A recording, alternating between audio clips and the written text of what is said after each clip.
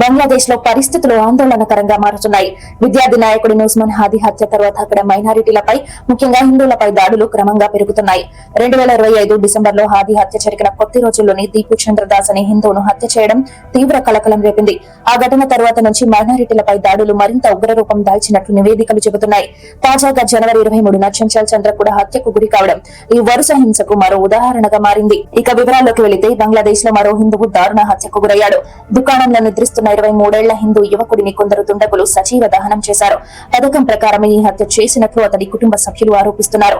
స్థానికులు, ప్రత్యక్ష సాక్షులు తెలిపిన వివరాల ప్రకారం ఈ ఘటన శుక్రవారం నార్సింగి ప్రాంతంలో జరిగింది.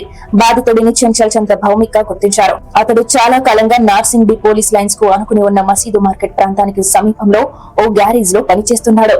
శుక్రవారం రాత్రి చంచల్ గ్యారేజ్ లోపల నిద్రిస్తున్నాడు. ఆ సమయంలో కొంతమంది దుండగులు వచ్చి బయట నుంచి దుకాణం షట్టర్ ను మూసివేశారు. ఆ తర్వాత పెట్రోల్ పోసి నిప్పు అంటించారు. ఈ ఘటనపై స్థానికులు అగ్నిమాపక సిబ్బందికి సమాచారం అందించారు. వెంటనే ఘటనా స్థలానికి చేరుకున్న సిబ్బంది దాదాపు గంట సేపు శ్రమించి మంటను అదుపులోకి తీసుకువచ్చారు. ఈ మంటల్లో చంచల్ పూర్తిగా సజీవ దహనమయ్యాడు. చంచల్ మరణించడాన్ని నిర్ధారించుకున్న తర్వాతే దుండగులు అక్కడి నుంచి పారిపోయినట్లు ప్రత్యక్ష సాక్షులు పేర్కొన్నారు. ఘటనా స్థలి నుంచి ఆధారాలను సేకరించినట్లు పోలీసులు తెలిపారు. సీసీటీవీ ఫుటేజ్లను పరిశీలిస్తున్నామని, కేసు నమోదు ప్రక్రియ జరుగుతోందని చెప్పారు. మృతుడికి తల్లి, 2 సోదరులు ఉన్నారు. వీరిలో ఒకరు దివ్యాంగుడు. వీరి తండ్రి చాలా కాలం క్రితమే మృతి చెందాడు. చంచల్ ఆదాయంపైనే ఆ కుటుంబం ఆధారపడి జీవిస్తోంది. పథకం ప్రకారమే ఈ హత్య చేసినట్లు అతడి కుటుంబ సభ్యులు ఆరోపిస్తున్నారు. నిందితులను అరెస్టు చేసి కఠినమైన శిక్షను విధించాలని డిమాండ్ చేస్తున్నారు.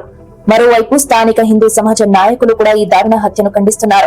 నిందితులను త్వరగా గుర్తించి అరెస్టు చేయాలని అన్నారు. ఆ ప్రాంతంలో మైనారిటీల భద్రతను పెంచేందుకు చర్యలు తీసుకోవాలని కోరారు. గత కొన్ని నెలలుగా బంగ్లాదేశ్ లో మైనారిటీలను లక్ష్యంగా చేసుకుని దాడులు జరుగుతున్నాయి. గతేడాది షేక్ హసీనా నేతృత్వంలోని అవామీ లీగ్ ప్రభుత్వాన్ని కూలదీసిన విద్యార్థి నాయకుల ఉద్యమంలో ముఖ్య పాత్ర పోషించిన హాదీపై డిసెంబర్ 12న ముసుగు ధరించిన ఓ వ్యక్తి కాల్పులు జరిపారు. సింగపూర్ లో చికిత్స పొందుతూ డిసెంబర్ 18 మృతి చెందారు హాదీ. మరణంతో ఢాకాలో పెద్ద ఎత్తున నిరసనలు చేపట్టారు. భారత్ అవామీ లీగ్ పార్టీకి వ్యతిరేకంగా నినాదాలు చేశారు. ఈ నిరసనల్లో హిందూ వ్యక్తి దీపు చంద్రదాస్ ను కొంతమంది తీవ్రంగా కొట్టి చెట్టుకు ఉరితీశారు. ఆ తర్వాత రహదారి పక్కన పడేశారు. ఆ కొందరు వచ్చి ఆ మృతదేహానికి నిప్పు పెట్టారు. అయితే బంగ్లాదేశ్ లో మైనారిటీలకు సంబంధించి గతేడాది 645 దాడులు జరిగినట్లు ఇటీవల తాత్కాలిక సారథి మహ్మద్ యూనస్ కార్యాలయం వెల్లడించింది. వాటిలో 71 ఘటనల్లో మతపరమైన కోణాలు ఉన్నట్లు పేర్కొంది. ఆలయాలపై దాడులకు సంబంధించి 38 ఘటనలు నమోదైనట్లు తెలిపింది. 71లో 50 ఘటనలపై పోలీసులు కేసు నమోదు చేశారని, అంతే సంఖ్యలో నిందితులను అరెస్టు చేసినట్లు చెప్పింది. మరో 21 ఘటనల్లో తగు చర్యలు తీసుకున్నారని తెలిపింది. అన్ని నేరాలను తీవ్రంగా పరిగణిస్తున్నట్లు బంగ్లాదేశ్ తెలిపింది. అయితే ఈ గణాంకాలను Bangladesh Hindu, Buddhist, Christian unity council ఖండించింది. 2025 డిసెంబర్ లో 10 హత్యలతో సహా 51 హింసాత్మక ఘటనలు నమోదైనట్లు పేర్కొంది.